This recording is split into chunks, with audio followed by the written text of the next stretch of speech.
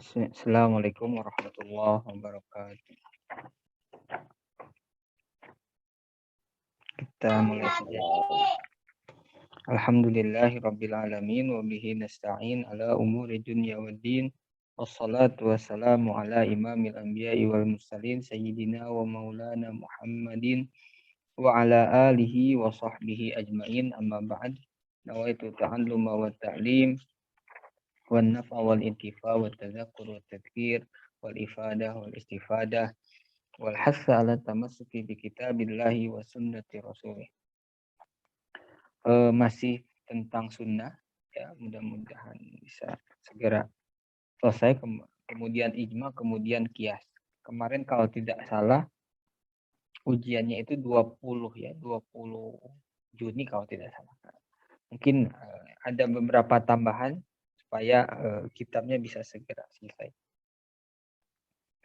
Masih tentang sunnah ya. Sunnah dalam usul fikih itu ada sedikit berbeda dengan ta'rif atau maksud sunnah di dalam mustalahul hadis ya. Kalau dalam usul fikih sunnah itu hanya 3 ya, qaulun nabi, fi'lun nabi dan takrirun nabi. Ucapan nabi, perkataan nabi, tindakan nabi dan takrirnya nabi.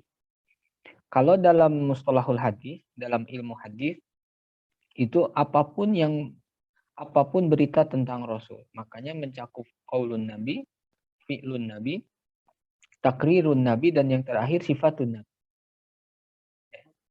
Sifat nabi, sifat fisik nabi, kemudian cara jalan nabi itu bagian dari hadis karena kabar tentang Rasulullah. Nah, kalau dalam usul fikih itu tidak disebut sunnah. Kenapa? Karena yang dibutuhkan di dalam usul fikih itu yang bisa melahirkan hukum, yang bisa menjadi sumber hukum. Sedangkan fisik Rasulullah, cara jalan Rasulullah itu kan kholqiyah ya. Yang hanya dimiliki Rasulullah dan umatnya tidak perlu ya meniru giginya, meniru hidungnya ya. Itu tidak menjadikan sumber hukum. Kemudian sunnah Nabi kemarin ada 2, ada sunnah fi'liyah, ada sunnah qauliyah. Ada sunnah Nabi yang fi'il, ada sunnah yang qaul. Jadi sunnah itu sangat luas cakupannya, bukan hanya fi'lun Nabi, tapi juga qaulun Nabi. Bahkan qaul Nabi, aqwalun Nabi itu lebih luas daripada fi'lun Nabi. Ya, makanya di dalam pembahasan alfaz itu rata-rata aqwalun Nabi.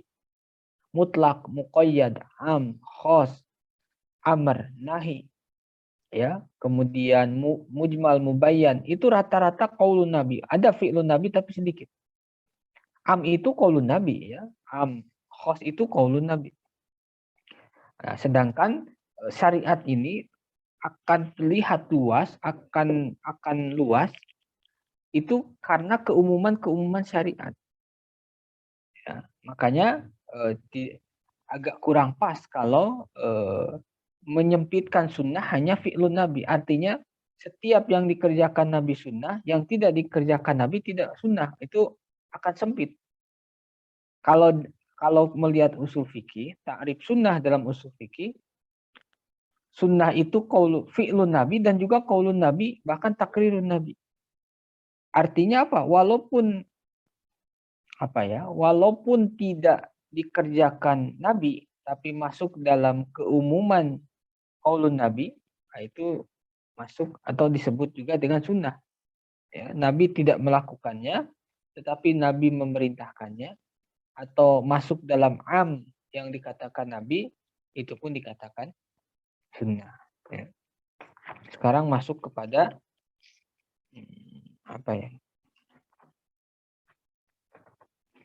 hadis mursal. Ya.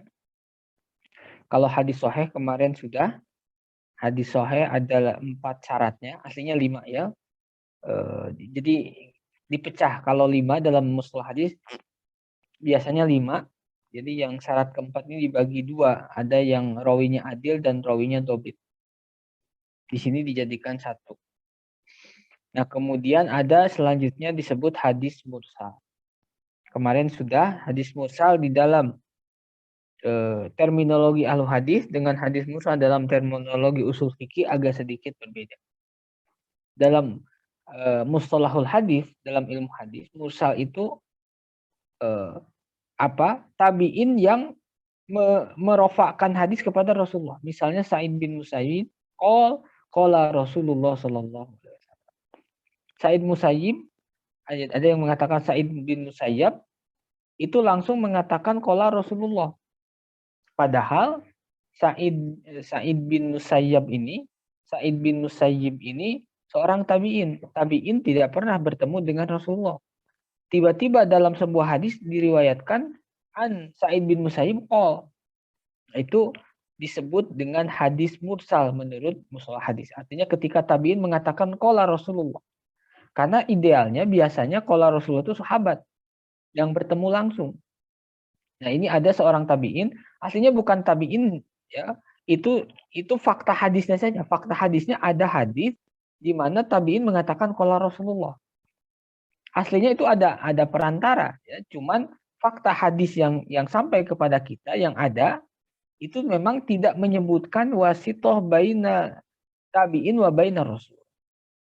Bukan berarti dengan lancang ya. Sa'id bin Musayyib atau Hasan Basri atau Sufyan Tsauri atau Amr bin Dinar qala Rasulullah, tidak ya. Tapi memang ada fakta hadis yang sampai kepada kita, ternyata dalam hadis tersebut seorang tabi'in mengatakan qala Rasulullah sallallahu alaihi wasallam. Ya. Nah, itu disebut dengan mursal di dalam terminologi ilmu hadis. Ma'ruf lah ya. Nah, kemudian dalam usul fikih itu agak berbeda. Hadis mursal dalam usul fikih itu setiap hadis yang terputus sanadnya. Terputus dimanapun. Mau di awal, mau di tengah, mau di akhir. Yang penting hadis munqati' ada sanad yang terputus, maka hadis tersebut dikatakan hadis mursal. Ya, kalau dalam ilmu hadis, kalau terputus di awal, itu bisa jadi mu'allaq. Ya, kalau di tengah, kalau di akhir itu mursal, kalau terputusnya dua itu mu'dhal, ya, ada nanti munqati'. Nah, jadi itu hanya istilah saja, intinya sama ya. Intinya menurut ahlul hadis, menurut usuliyin, ketika ada sanad yang terputus itu menciderai sanad hadis tersebut, menciderai hadis tersebut. Tapi nama dalam memberikan nama itu yang berbeda. Menurut usuliyin, pokoknya terputus dimanapun itu mursal. Menurut ahlul hadis tidak, ya. Ada nama tertentu. Jadi hanya beda menamai. Ya. Kalau di awal mu'allaq, ya, mu'allaq itu kan jadinya menggantung karena di awalnya tidak ada pegangannya, tidak sampai ke tembok, tidak sampai ke lantai. Ada nanti mu'dhal ketika terputusnya dua berturut-turut. Ada nanti mursal ketika terputusnya di akhir sanad antara sahabat dengan Rasulullah. Nah, itu bedanya. Ya. Nah, kemudian hujjiyatul mursal. Ini jadi perdebatan. Ya. Sejauh mana hadis mursal itu menjadi hujjah? Pertama, kenapa hadis mursal termasuk kategori do'if pertama? Ya, do'if itu sekali lagi ya, do'if itu sebagaimana ditegaskan di sini juga itu bukan maudhu. Do'if itu ada penyebabnya banyak ya. Do'if itu ada kalanya kita tidak bisa, kita ragu dengan seorang rawi yang ada dalam sanad. Ragu apa? Ragu bahwa yang disampaikannya itu benar. Kenapa sampai ragu? Karena dia dari sisi dari sisi dobatnya itu tidak kuat. Ya, sebagaimana ada orang memberitahu kepada kita, yang memberitahunya itu kurang meyakinkan. Ya, kita tahu karakternya, dia sering lupa.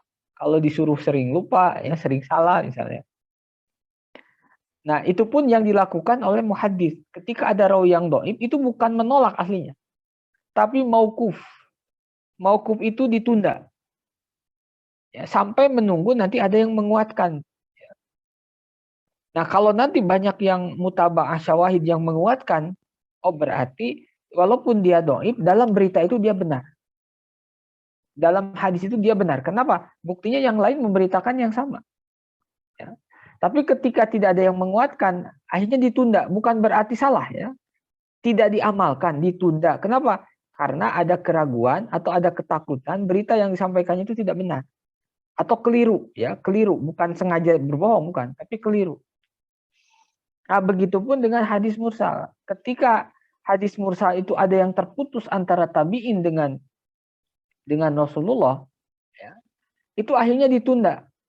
Tidak bisa langsung mengamalkannya. Kenapa? Ada jalur informasi yang terputus. Ya, dari tabi'in langsung ke Rasulullah. Padahal tabi'in itu tidak pernah ketemu dengan Rasulullah. Dan tabi'in bisa jadi meriwayatkan bukan dari sahabat, dari tabi'in yang lain. Ya. Nah, tabi'in yang lain itu belum tentu juga dobetnya ya. Jadi tabi'in itu adil, tapi dari sisi dobetnya bisa jadi dobet, bisa jadi ghair dobet. Nah, makanya ada informasi yang terputus dalam hadis mursal. Sehingga ahlu hadis itu menunda dulu. Menolak itu dalam arti mauquf, ditunda dulu, tidak bisa diamalkan karena ada jalur informasi yang terputus. Nah, ketika nanti ketahuan bahwa yang misalnya si tabi'in tadi meriwayatkan dari seorang sahabat, misalnya Ibnu Abbas atau Abu Hurairah atau Aisyah, ya, maka setelahnya berarti yang terputus ini yang tidak disebutkan dalam sanad ini ternyata adalah Abdullah bin Abbas, bukan tabi'in yang lain. Akhirnya diterima. Ya. Nah, makanya doif itu bukan salah, doif itu bukan salah, doif itu bukan bohong. Walaupun doif bisa jadi nanti ada yang salah. Tapi doif itu akhirnya tidak diterima atau ditolak karena ada kekhawatiran berita tersebut salah karena rawinya lemah atau ada jalur informasi yang terputus sehingga kita tidak bisa menerimanya. Nah, wal haditsul mursal ala jamil istilahat la tuhtajju bih lihtimali ayyakuna saqitu majruha. Hadis mursal itu tidak menjadi hujah. Kenapa? Lihtimal ya, istilah ihtimal ya. Ihtimal itu ada kemungkinan karena kita tidak tahu. Kenapa ada kemungkinan? Karena kita tidak tahu siapa rawi yang meriwayatkan kepada seorang tabi'in. Apakah sahabat ataukah tabi'in yang lain? Kalau yang tabi'in mengambil dari sahabat itu sudah clear, pasti sahih. Karena as-sahabatu kulluhum udul. Tapi kalau yang meriwayatkan kepada tabi'in bukan sahabat tapi yang lain, nah itu bisa jadi yang lain itu majruh dari sisi kekuatan hafalan, menyimpan informasi. Nah, makanya di sini lihtimal li ayakuna saqitu majruh. Baru sekedar ihtimal. Ada kemungkinan.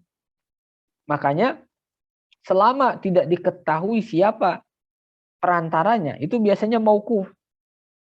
Jadi mardud itu, hadis mardud dalam hadis dhaif itu ada kalanya mauquf. Mauquf itu ditunda dulu.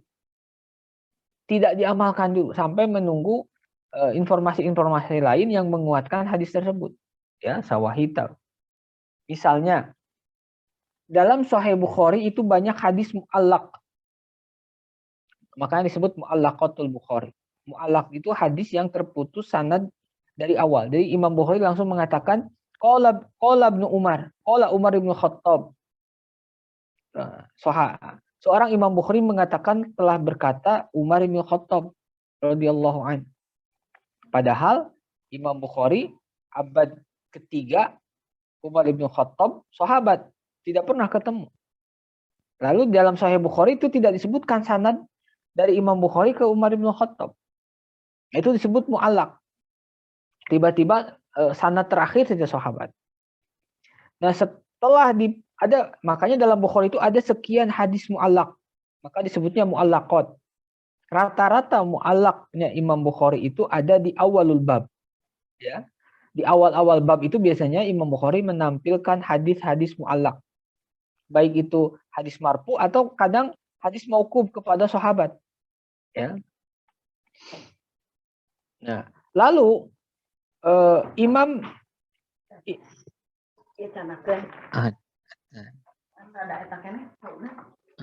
lah. Lalu Imam Al-Hafidh Ibnu Hajar itu menulis kitab khusus namanya Taghliqut Ta'liq. Taghliq itu mengunci at-ta'liq hadis-hadis mu'allaq yang ada dalam Bukhari. Maksudnya apa? Imam Al-Hafidh Ibnu Hajar itu mencari sanad-sanad atau siapa saja rawi yang tidak disebutkan oleh Imam Bukhari. Dan itu ketemu, tapi dalam sebuah versi itu menyisakan sekitar 2 sampai 3 hadis yang Imam Al-Hafidh Ibnu Hajar tidak menemukan. Tidak menemukan bukan berarti tidak ada ya. Itu dua istilah yang perlu kita bedakan. Tidak menemukan sanadnya dengan tidak ada sanad. Itu dua hal yang berbeda. Tidak menemukan itu keterbatasan si orang yang mencari. Kalau tidak ada memang realitasnya tidak ada. Itu yang perlu kita hati-hati ya. Makanya dalam usul fikih, misalnya dalam Jamul Jawami, dalam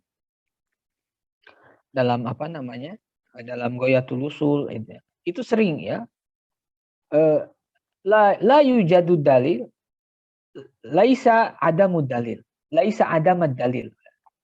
Tidak ditemukannya dalil itu bukan berarti tidak ada dalil. Itu sangat penting ya. Kita sering menganggap ini tidak ada dalilnya. Itu berdasarkan penelitian, penelusuran kita.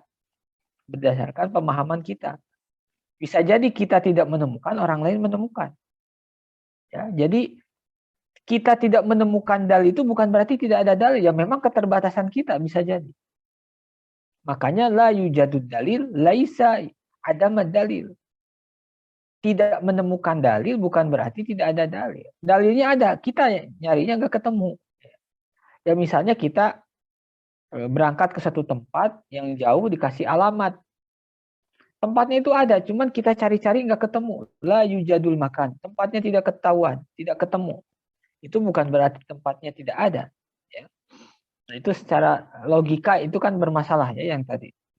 Nah, dalam usul fikih itu diperhatikan ya, ibarat atau ungkapan-ungkapan seperti tadi.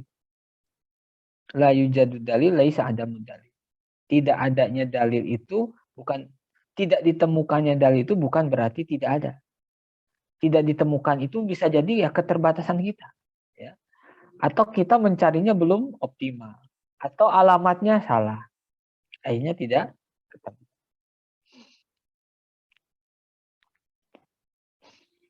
Nah, itu ya yang disebut hadis mursal.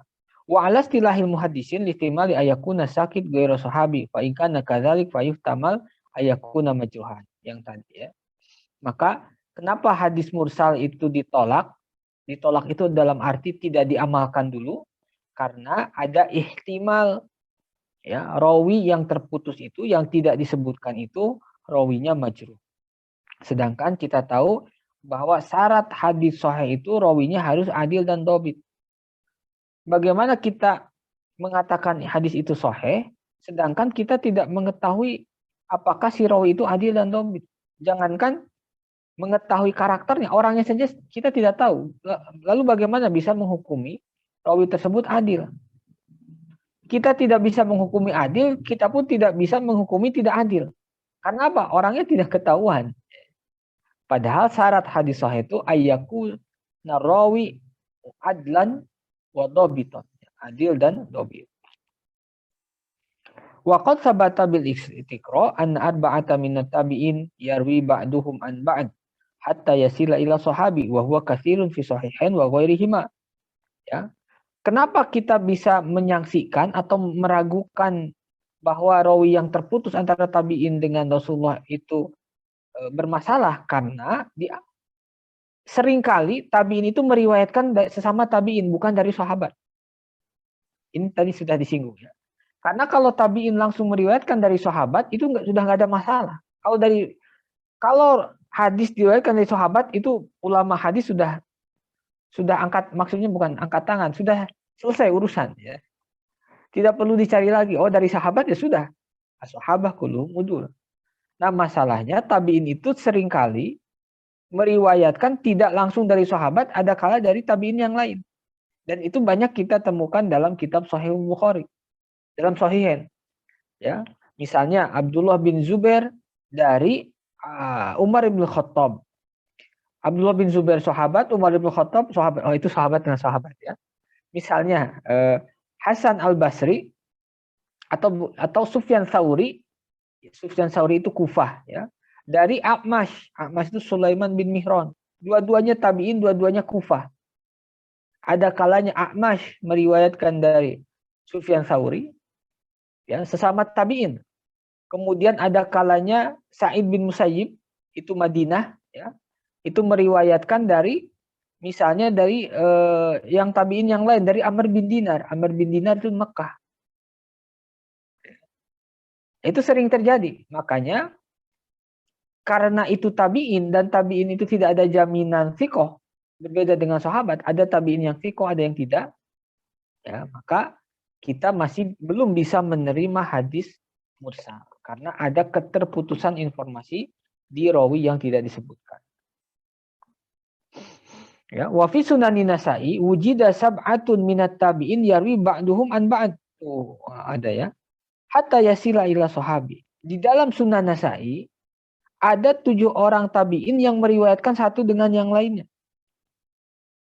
Jadi tabi'in sesama tabi'in saling meriwayatkan. Fa kaifa yakunu ma yarfa'u tabi'in sahihan wa sakit ghairu sahabi yahtamilul al-jarha wa ta'dil. Jelas lah ya. Bagaimana kita bisa mengatakan hadis tersebut sahih sedangkan ya, kita tidak mengetahui siapakah perantara antara tabi'in dengan Rasulullah. Ketika kita tidak mengetahui rawi tersebut, ya, maka kita tidak bisa menghukumi rawi tersebut adil. Karena menghukumi seorang rawi adil itu harus tahu orangnya. Ya, Sunan Nasa'i ini sunan yang paling kuat ketiga. Ya, jadi dalam Kutubus Sittah yang pertama paling kuat Bukhari, kedua Muslim, yang ketiga An-Nasa'i, bukan Tirmidzi, bukan Abu Daud.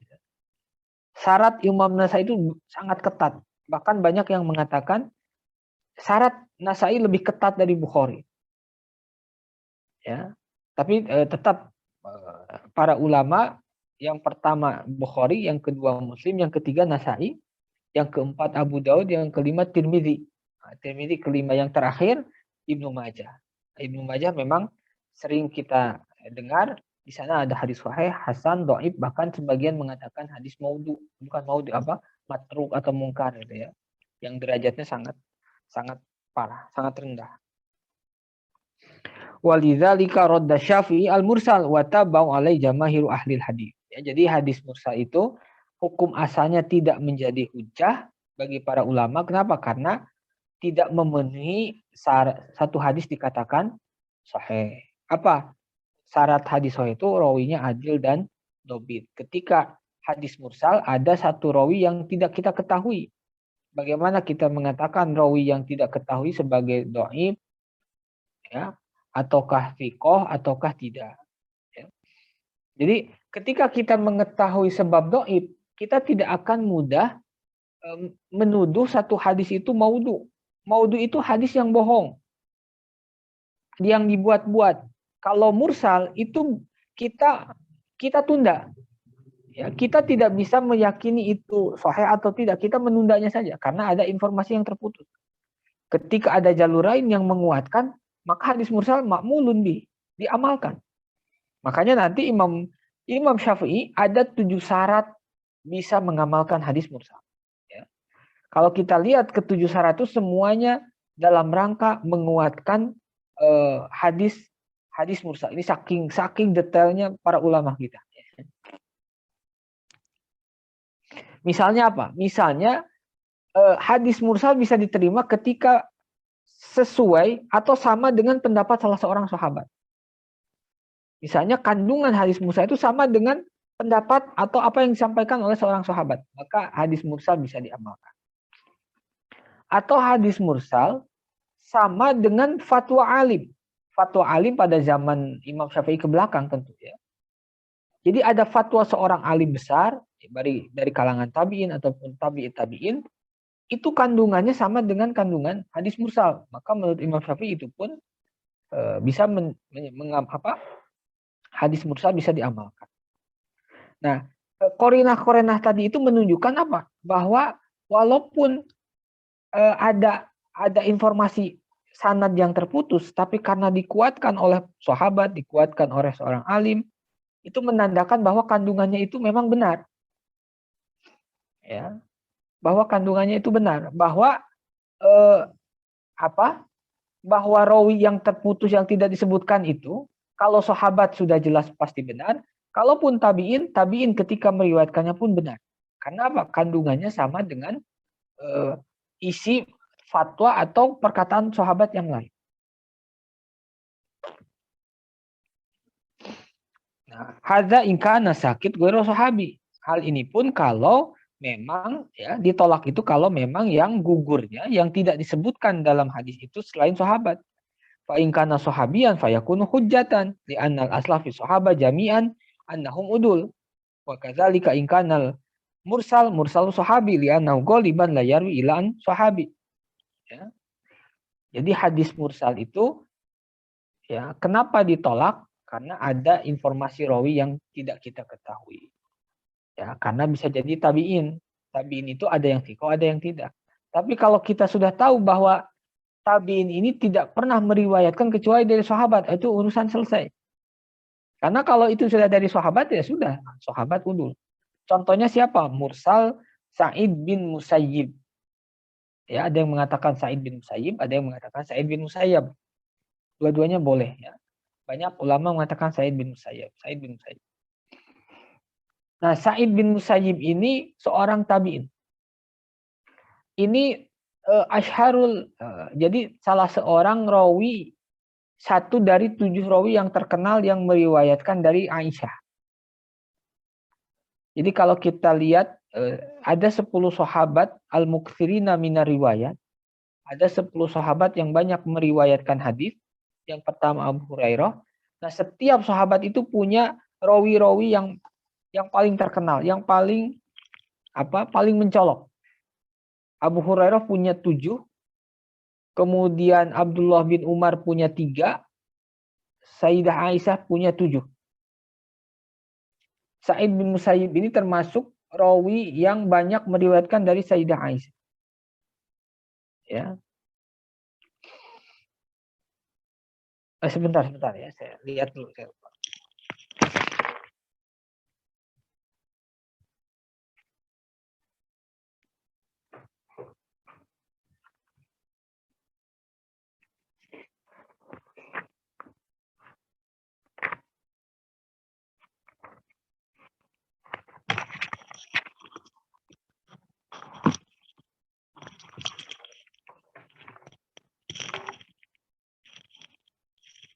Afwan ya, Sa'id bin Musayyib ini rawi salah satu muridnya Imam Bukhari yang satu dari 7 tabi'in yang paling banyak meriwayatkan dari Abu Hurairah, itu Sa'id bin Musayyib. Makanya kalau lihat di Bukhari, di Muslim, Tirmidzi, ya, Sa'id bin Musayyib an Abi Hurairah, Sa'id bin Musayyib an Abi Hurairah.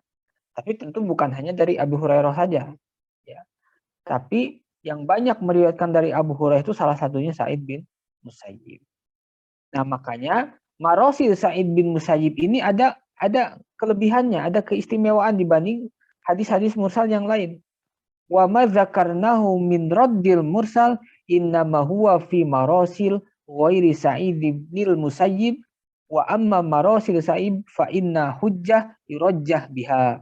Wa Sa'id bin Musayyib min kibari tabi'in kana yuskitu sahabi lil ikhtisar. Faqad fattastu marasilahu fawajatu kullaha masanid wa rawaha lahu sahabi alladhi asqatahu anin nabi wa huwa fil ghalib sahruhu Abu Zaujatuhu Abu Hurairah. Oh, saya baru tahu ya. Ternyata Abu Hurairah itu sohru. Sohru itu apa ya? Mertua. Ya. Jadi Abu Hurairah punya menantunya Sa'id bin Musayyib. Jadi Sa'id bin Musayyib menantunya Abu Hurairah mertuanya Sa'id bin Musayyib. Wal bahthu fil hadisil mursal tawilun wa qad sannaftu fihi bahthan mustaqilan falyarji ilaihi man syaa. Ya, ini jelas ya. Sa'id bin Musayyib ini termasuk kibarut tabi'in. Ya. Dan kata di sini kata Dr. Hasan itu hadis mursal itu ditolak kalau hadis mursalnya selain mursal Sa'id bin Musayyib. Kalau mursal Sa'id bin Musayyib itu hujjah, diterima. Kenapa? Karena hampir semua hadis mursal Sa'id bin Musayyib itu dari sahabat. Pertama, Sa'id bin Musayyib hadisnya bukan mursal saja ya. Sa'id bin Musayyib yang tidak mursal banyak. Tetapi ada beberapa hadis mursal dari Sa'id bin Musayyib. Nah, ketika ada mursal Sa'id bin Musayyib, itu pastikan hujah. Kenapa? Karena Sa'id bin Musayyib la yarwi illa anis sahabat. Tidak meriwayatkan hadis kecuali dari sahabat. Kalau itu sahabat sudah jelas. Sahabat kulluhum udul. Tidak perlu repot-repot lagi. Ya. Dan Sa'id bin Musayyib ini termasuk tabi'in yang paling banyak meriwayatkan dari Abu Hurairah. Karena ternyata menantunya. Saya baru ingat lagi ya menantunya. Sampai di sana Allah. Ada yang ditanyakan sebelum dilanjutkan? Kita selesaikan sampai al-fadut tahammul.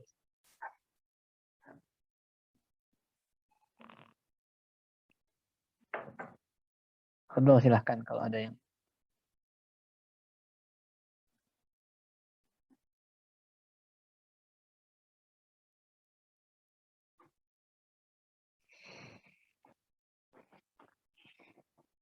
Ada yang disampaikan?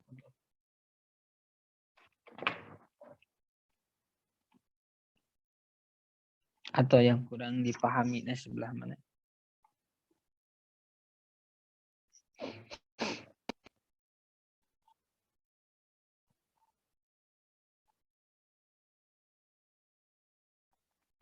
Ya, tidak ada lanjutan ya.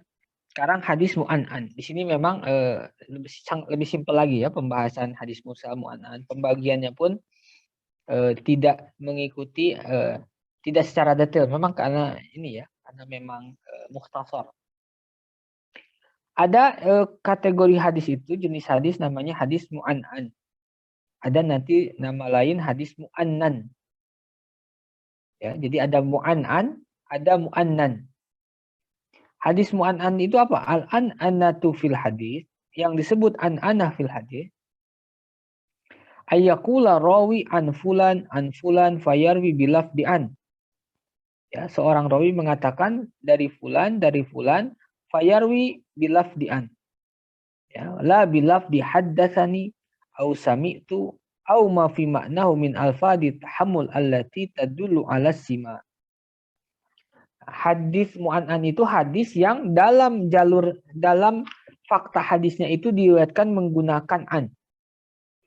An itu kan kalau kita terjemahkan bebas itu dari. Ya, dari itu ada dua kemungkinan. Misalnya Bukhari anil Humaidi an Sufyan bin Uyainah an Yahya bin Sa'id al-Ansari. Atau kita ambil contohnya Bukhari an Humaidi. Imam Bukhari dari Humaidi. Berita tersebut diberitakan Imam Bukhari dari Humaidi. Nah, kata dari ini ada dua kemungkinan. Dari itu bisa langsung, bisa tidak langsung. Tapi tetap orang biasanya mengatakan an. Ya, misalnya ada orang ketemu menteri, ya, habis rapat dengan presiden, kemudian menyampaikan ke dirjen, dirjen menyampaikan ke bawahan. Ya. Lalu kata dirjen itu ini dari presiden. Ya. Dari presiden itu dua kemungkinan. Ya. Dari presiden langsung atau melalui menteri dari presiden. Jadi kata dari itu, an itu memang ihtimal.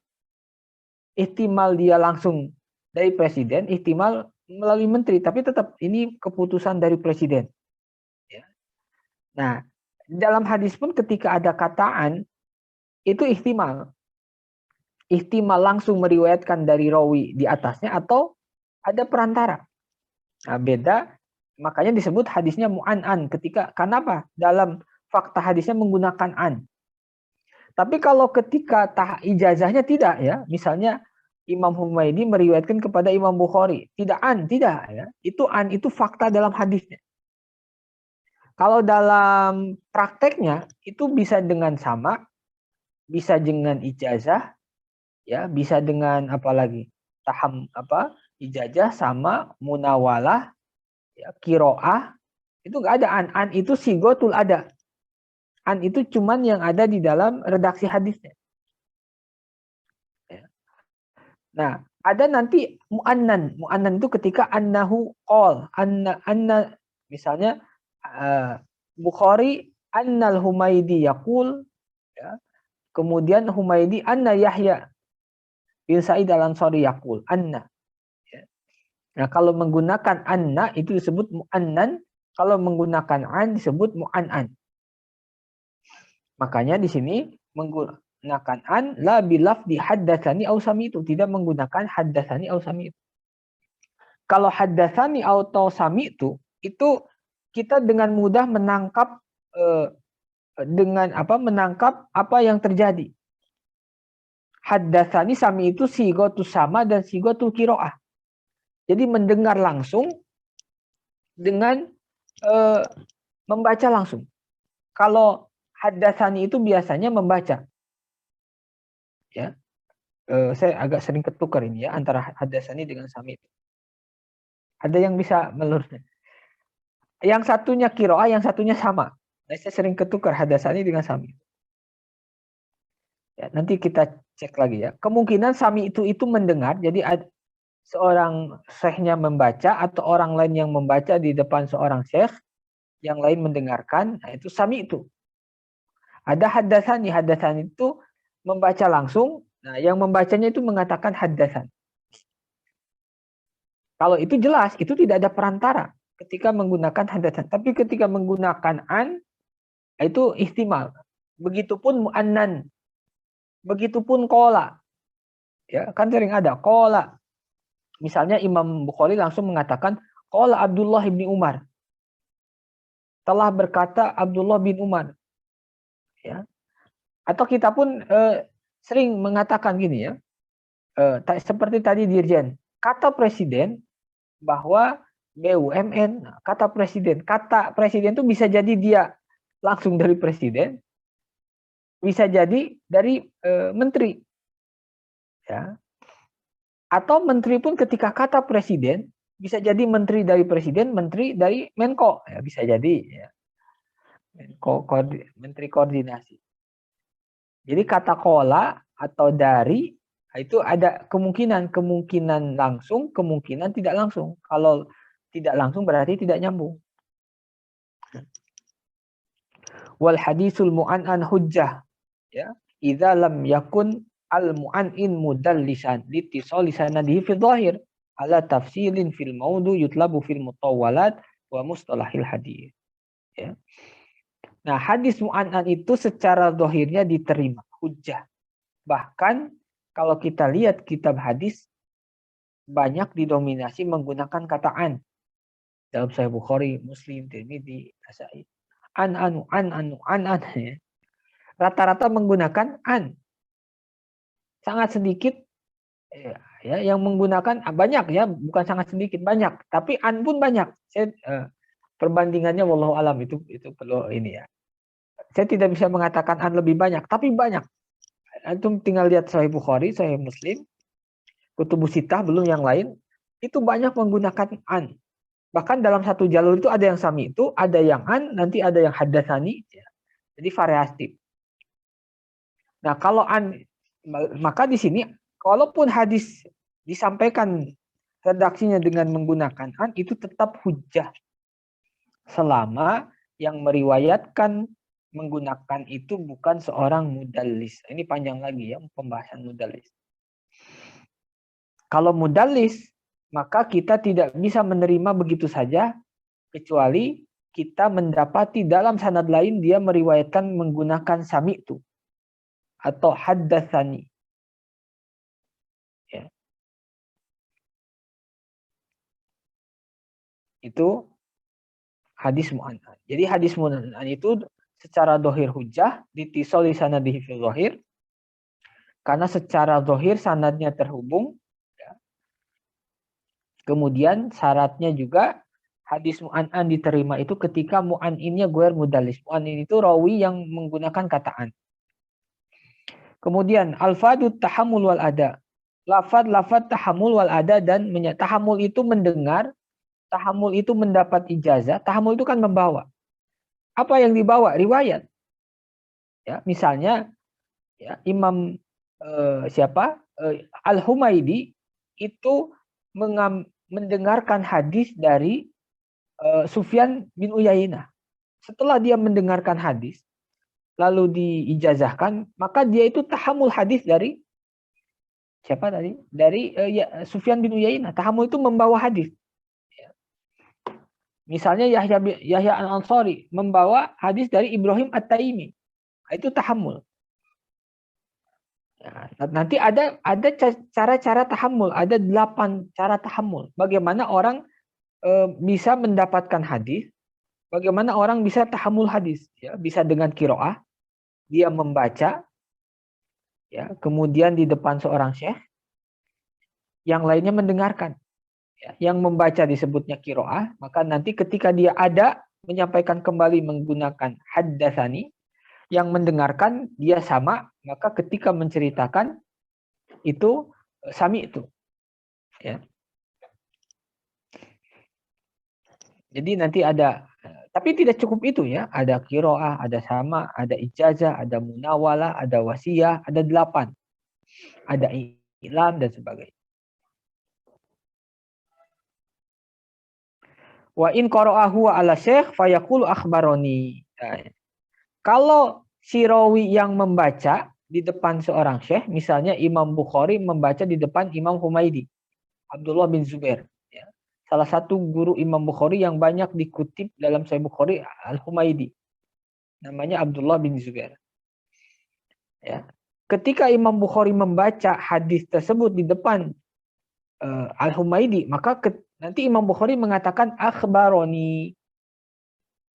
Ya, ya, atau haddatsani.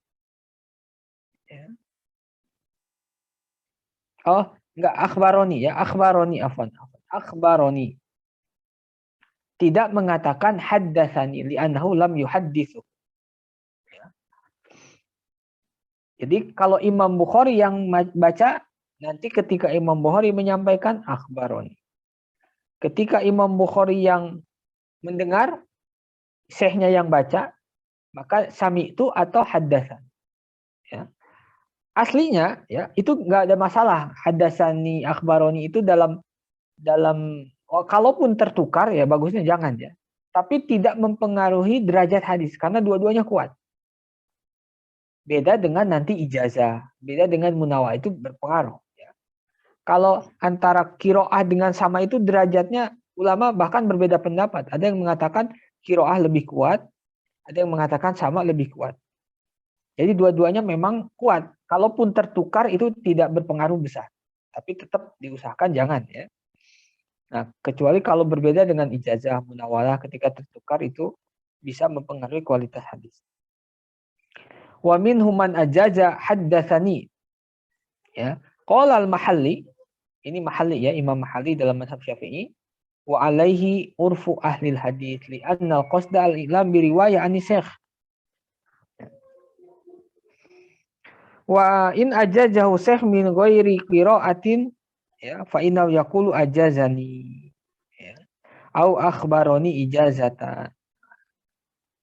Di sini musannif memang sangat simpel ya. Tidak menjelaskan sigotul tahammul apa saja, sigotul ada apa saja, siagul adanya apa saja. Ya, hanya di sepintas. Kalau dalam mustalah hadis ya yang kita semua pelajari ada turukut tahammul, ya, ada alfadul tahammul, ada alfadul ada sigotul ada. Allah alam. Barangkali ada yang disampaikan.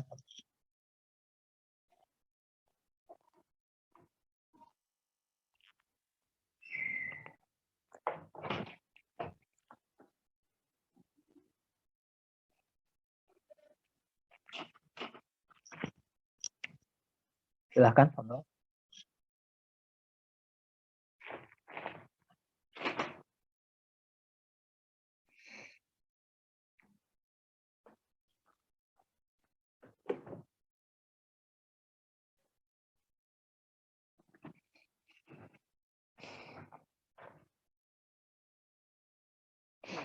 Ini kalau malam ditambah ada yang bisa nggak? Ada yang tidak bisa nggak? Jam 8 biar agak banyak, agak cepat hatam. Nanti malam jam 8 ada yang, kalau tidak ada yang tidak bisa nggak apa-apa, berarti tidak. Ada? Oh ya, berarti jangan dulu ya. Mungkin besok pagi ya. Nanti tambah mungkin malam Senin ya, mudah-mudahan ya.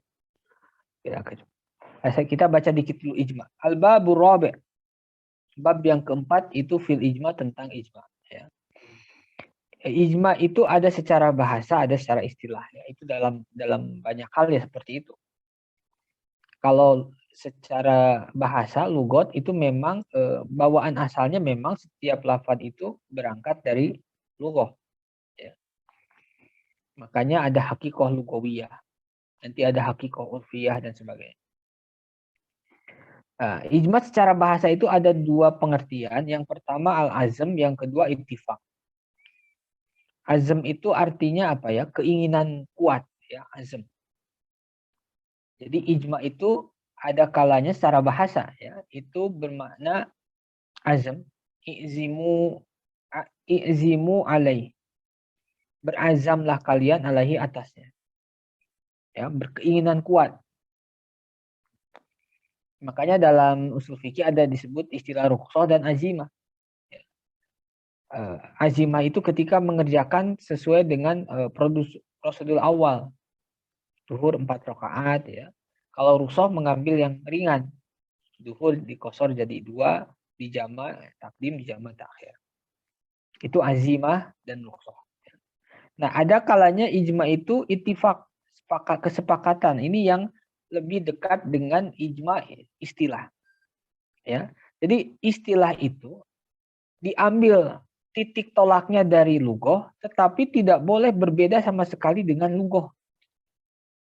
Jadi kalau menggunakan istilah atau membuat istilah baru, tidak ada kaitan sama sekali dengan makna lugoh yang dasar, yang awal, itu tidak, itu cacat ya secara apa namanya. Semua istilah di dalam fikih, semua istilah dalam apapun, itu ada hubungannya dengan lugoh. Biasanya lugoh itu lebih am, istilah itu menyempitkan makna yang am, yang luas. Ya, misalnya ini, contohnya apa? Ijma itu secara bahasa ittifaq. Setiap kesepakatan disebut ijma. Ya, kesepakatan apapun, kesepakatan DPR, kesepakatan keluarga, kesepakatan RW, itu ijma. Ya, kesepakatan orang pintar, kesepakatan preman, ya, itu ijma secara bahasa. Karena secara bahasa artinya ittifaq. Ittifaq itu sepakat, dan sepakat itu luas, siapapun yang sepakat. Nah, ketika digunakan sebagai sebuah istilah dalam usul fikih, itu menjadi menyempit. Dan rata-rata polanya seperti itu. Ya, kalau kita lihat, istilah itu lebih sempit dari lughah, walaupun nanti ada yang sebaliknya. Contohnya apa? Di sini apa yang sebut ijma? Ittifaqul mujtahidin. Dengan ittifaqul mujtahidin ini udah menyempitkan makna lughah. Kalau tadi yang penting sepakat, kalau istilah ittifaqul mujtahidin, kesepakatan para mujtahid. Berarti kesepakatan muqallid bukan ijma. Ya, kesepakatan muhaddits bukan ijma. Kesepakatan usuliyin bukan ijma. Kesepakatan ahli nahu bukan ijma. Karena ijma itu kesepakatan mujtahid. Min ummati Muhammad. Dan mujtahid dari kalangan Nabi Muhammad. Diumpamakan ada mujtahid di umat sebelum Nabi Muhammad, itu tidak disebut ijma. Ya, ijma itu hanya ada di ummati Muhammad Shallallahu Alaihi Wasallam. Ala hukmin syar'i, kesepakatan mujtahid terhadap satu hukum syar'i. Jadi kalau sepakat bukan hukum syar'i itu tidak disebut ijma menurut usul fikih. Walaupun nanti bisa jadi ijma dalam terminologi. Ya. Kesepakatan para mujtahid bukan masalah hukum, misalnya dalam masalah apa ya? Masalah matematik, masalah akidah yang bukan hukum syar'i, itu tidak disebut ijma.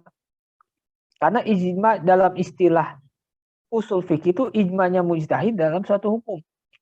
Karena yang disebut ijtihad itu orang yang mampu Ya, istinbatul ahkam mubasyarah fi asrin ghairi asri. Ya. Di satu masa selain masanya Rasulullah SAW. Maka tidak ada yang disebut ijma di zaman Rasulullah SAW. Ijma itu setelah zaman Rasulullah SAW. Ketika ada Rasulullah, lalu ada sahabat misalnya yang sepakat, itu pun tidak disebut ijma. Karena ijma itu harus setelah masanya Rasulullah SAW. Nah, ijma di dalam usul fikih itu ijma mujtahid. Tapi nanti ada ijma, bukan ijma mujtahidin, ijma'ul muhaddithin. Kesepakatan para muhaddis. Jadi ijma itu berlaku dalam banyak hal. Tapi yang dimaksud ijma menurut usulin itu ijma mujtahidin. Makanya nanti ada ijma, misalnya kesepakatan para dokter. Nah, itu ijma dokter. Kesepakatan muhaddisin bahwa sahihain, ya, dua kitab hadis ini muttafaqun alaih, disepakati oleh ulama dunia. Isinya semuanya sahih. Nah, itu kan ijma muhaddisin. Makanya di dalam kitab usul fikih yang lain, ijma itu hujjatun fil ulumi syar'i wa fi ghairi. Ketika semua dokter sepakat, oh itu kekuatannya besar, ya, jadi hujah. Ketika muhaddis sepakat, oh itu pengetahuan yang kuat, yang yakin. Ya. Ketika semua mujtahid sepakat, oh itu yakin yufidul qat'a. Maka ijma itu yufidul qat'a. Nah, surutul ijma, syarat ijma min khilali ta'rif as-sabiq yumkin an na'rifa surutul ijma, ya. Dari ta'rif yang tadi disampaikan, kita bisa memilahnya atau menurunkannya menjadi beberapa syarat. Pertama, ayakunal mujmi'una minal mujtahidin fala ibrata bi wifaqi ghairihim wala khilafi. Ya, ijma itu syaratnya orang yang bersepakatnya itu mujmi, ya, mujmi itu orang yang bersepakat dari kalangan mujtahidin. Maka kalau ada yang sepakat di luar mujtahid itu nggak dianggap, dia mau sepakat mau nggak sepakat nggak ada masalah karena bukan mujtahid. Ketika sepakatnya tidak mempengaruhi, ketika tidak sepakatnya pun tidak pengaruh, karena yang menjadi ukuran ijma itu mujtahid, bukan orang awam, bukan muqallid juga. Ya. Yang syarat kedua, ayakunu minal muslimin. Fala ibrata biwifaqi ghairihim wala khilafi li'anna syar'a warada bi ismati ummati Muhammad wa dzalika biqauli la tajtami ummati ala dolal. Ya, ijma ini kekhususan umatnya Nabi Muhammad, tidak ada ijma selain umat Nabi Muhammad. Ya. Dari mana dalilnya? La tajtami ummati ala dolal. Tidak mungkin sepakat ummati seluruh umatku. Ummati itu am, ya. Mufrad diidofatkan itu tufidul am. Ya, dalam bab am kemarin, ya, lafadz jama yang diidofatkan yufidul am. Lafadz mufrad diidofatkan yufidul am. La tajtami umat. Tidak mungkin seluruh umatku sepakat berbohong. Nah, itu khusus berlaku bagi umat Nabi Muhammad, tidak berlaku bagi umat-umat sebelum. Yang ketiga, ayakunal hukmu syar'iyan. Li'anal hadisah lati takunu mahalla nadhari fuqaha yal hadisah asyariyah. Hadisah itu kejadian, ya, peristiwa kejadian. Fa in kanat ghair syar'iyah bi an kanat lugawiyah fa innahu yanduru biha ulama lughah au tibbiyah fa innama yanduru bihal atibba. Ya. Maka yang disebut ijma itu ketika sepakat tentang hukum syar'i, bukan sepakat di luar hukum syar'i. Yang keempat, la budda ayyaqa'al ijma fi asri ghairi asri rasul li istihalati in iqadil ijma fi asri. Wa dzalika li annahu la budda ayyakuna ma'al mujtahidin. Fa in wafaqahum fal qawluhu wa la ibrata bi wifaqihim wa in khalafahum fal qawluhu wa la ibrata bi khilafihim. Ya. Jadi ijma itu ada setelah zaman Rasulullah. Ketika zaman Rasulullah tidak ada ijma. Ya. Lalu bagaimana ijma tersebut kan sama dengan Rasulullah, maka al-ibrah bi qouli Rasul. Ketika misalnya sahabat sepakat lalu sama dengan yang dikatakan Rasul, ya, yang jadi ukuran itu, yang jadi hujah itu bukan kesepakatannya tapi perkataan Rasul. Ketika berbeda para sahabat, sepakat berbeda, bukan sepakat terhadap satu hukum lalu berbeda dengan Rasulullah, maka al-ibrah bi qouli Rasul. Yang jadi ukuran itu perkataan Rasul, maka tidak ada ijma pada zaman Rasulullah. Ijma itu setelah Rasulullah wafat. Yang kelima, la budda min ittifaqi jamil mujtahidin falau khalafa wahidun minhum lam yanaqidil ijma wa hada yu'khadu minal alif wal lam allati tufidul istighraq fi qaulina al mujtahidin. Jadi ijma itu ketika sepakat semua mujtahid yang ada pada masa itu. Semua mujtahid. Ya. Kalau satu saja ada mujtahid yang berbeda, maka belum atau tidak disebut dengan ijma. Ijma itu harus sepakat semua mujtahid. Ya. Dari mana kita mengetahui semua mujtahid? Itu dari lafaz al-mujtahidin. Al-mujtahid itu jama' al-muhalla bi'al. Lafaz jama' yang kemasukan alif lam lil istighraq. Artinya apa? Jami'ul mujtahidin. Jami'ul mujtahidin. Ijma itu ketika disepakati oleh semua mujtahid. Ijma dalam ilmu kedokteran ketika semua pakar kedokteran sepakat. Ada satu pakar yang dianggap pakar tidak sepakat, itu tidak ijma. Lalu bagaimana ada yang nggak sepakatnya dokter umum? Nah, itulah ibrata. Ya. Misalnya. Yang keenam, inqiradul asr. Terputusnya masa. Ya.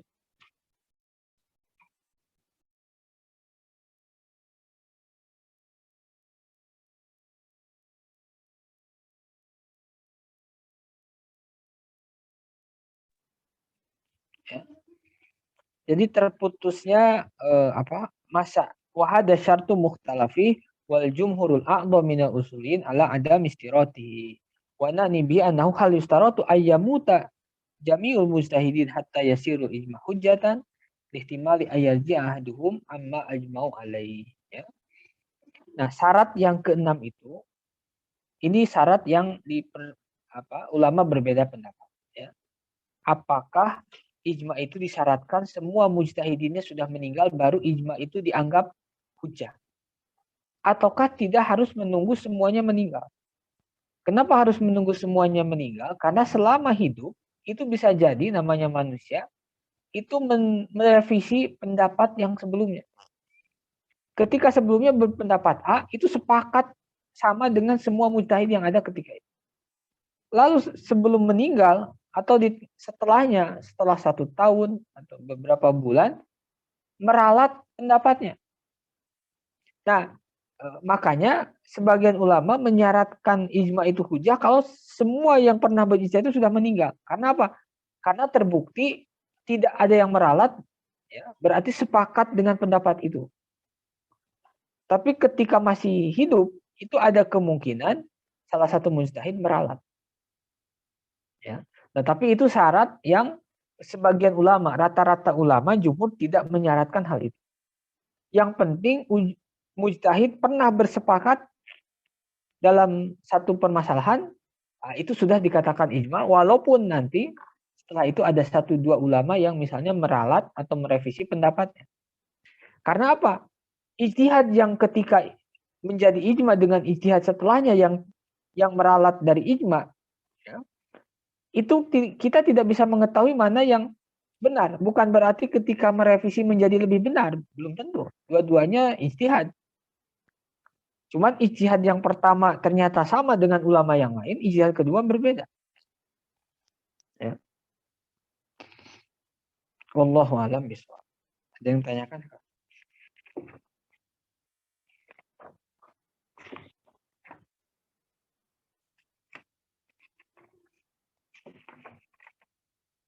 Contoh kalau ada yang sampaikan.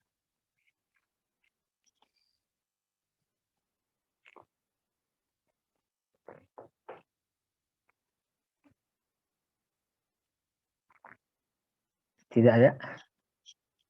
Silakan kalau ada yang kurang. Iya, contoh.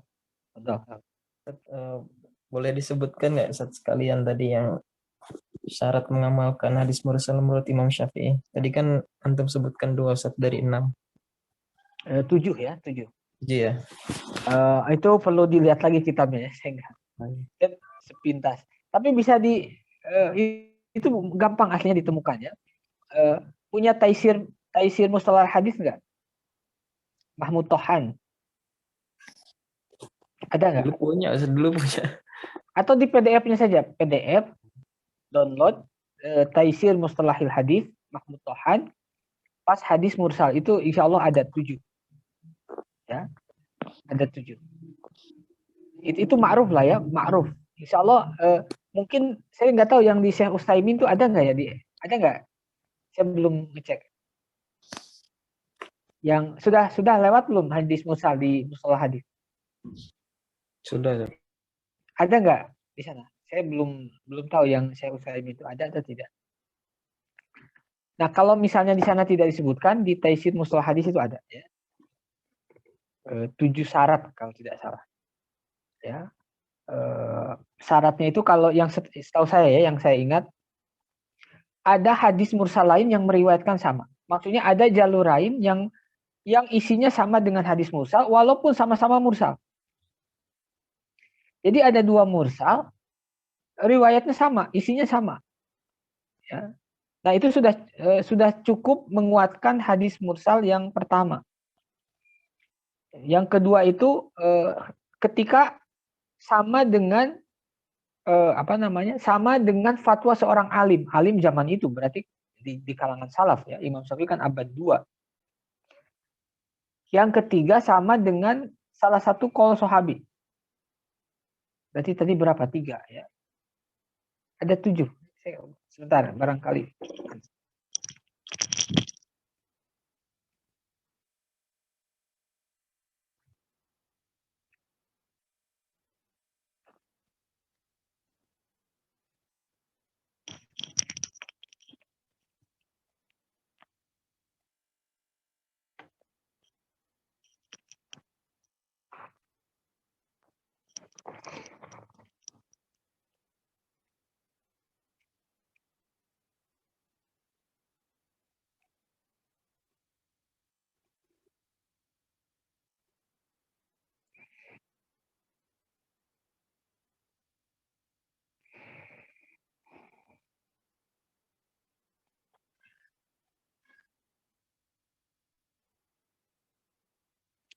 Di sini pun nggak ada ya.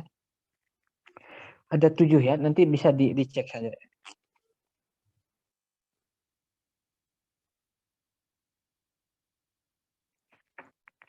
Nah, Imam Malik itu termasuk yang banyak meriwayatkan hadis secara balaghot ya. Balaghot itu mirip seperti hadis mu'allaq. Misalnya Imam Malik balaghoni an Ibnu Umar, sampai kepadaku dari Ibnu Umar. Ibnu Umar itu Abdullah bin Umar ya, seorang sahabat. Imam Malik itu tabi'in. Itu tidak pernah ketemu Imam Malik dengan Abdullah bin Umar atau balaghoni an Ibni Abbas.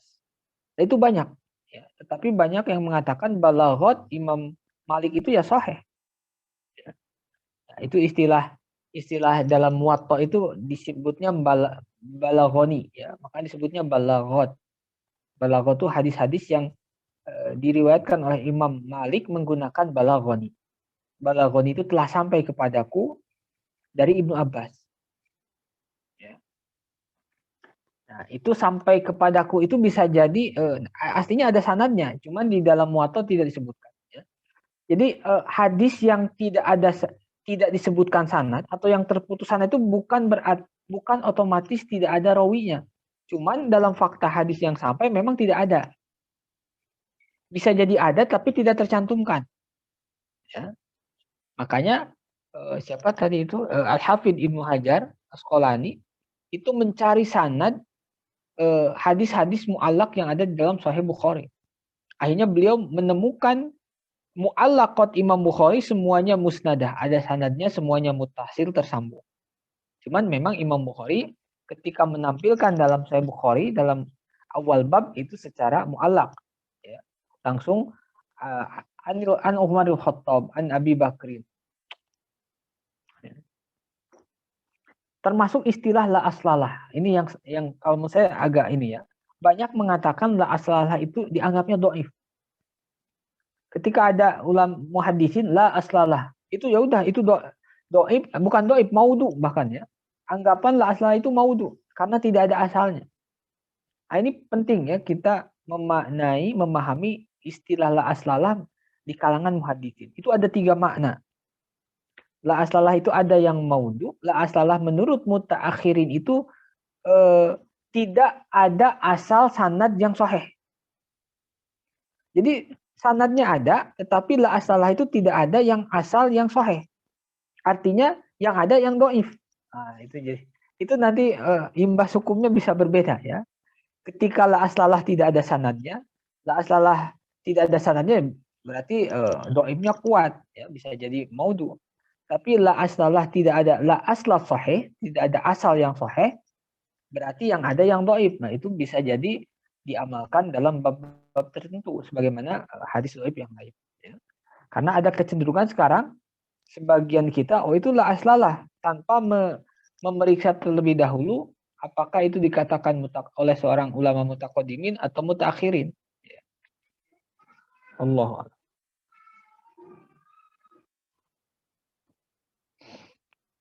Ada lagi? Nanti di itu ya di Taisir Mustalah Hadis Mahmud Tohan insyaallah.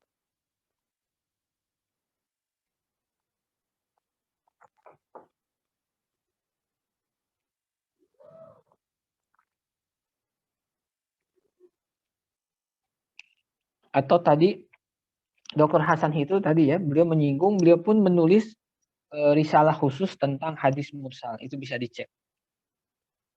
Ya, saya belum ada ya hadis mursal wa hujjiyatuhu kalau tidak salah itu.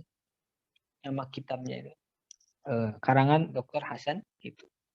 Memang itu cukup rumit artinya pembahasan hadis mursal itu.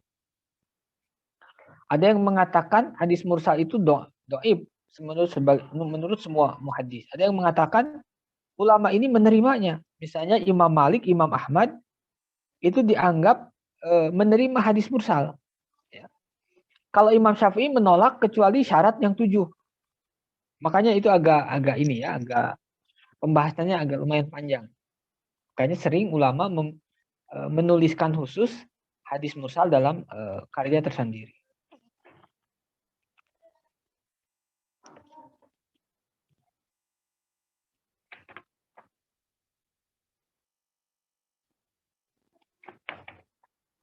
Ada lagi silakan. Kang Rian, Srian barangkali ada yang disampaikan. Kang Farhan. Tadi Pak Darul Aman kayaknya terputus ya. Terlempar mungkin sinyalnya sedang.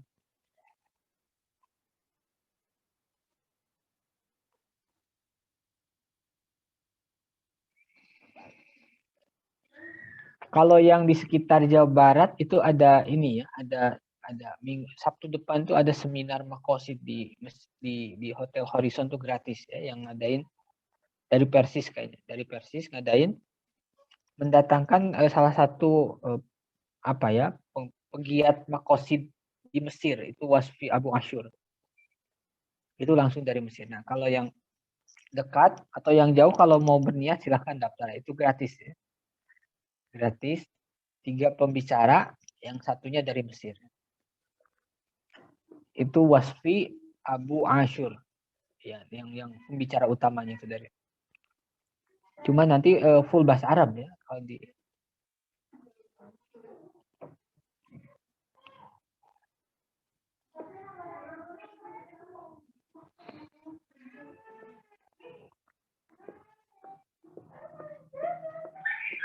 ada yang sampaikan. Kalau tidak ada, insya Allah sekian ya. Besok pagi insya Allah. Terus malamnya besok kita coba tambah ya biar agak cepat. Ijma selesai. Habis ijma kias. Nah ini kias itu agak lumayan agak panjang ya. Tapi di sini pendek juga ya. Masih ada bab ijma kita belum selesai. Kias kemudian adillah mukhtalafi yang terakhir at-ta'adul wa tarjih dan ijtihad dan muqayyad. Ijtihad dan taklid.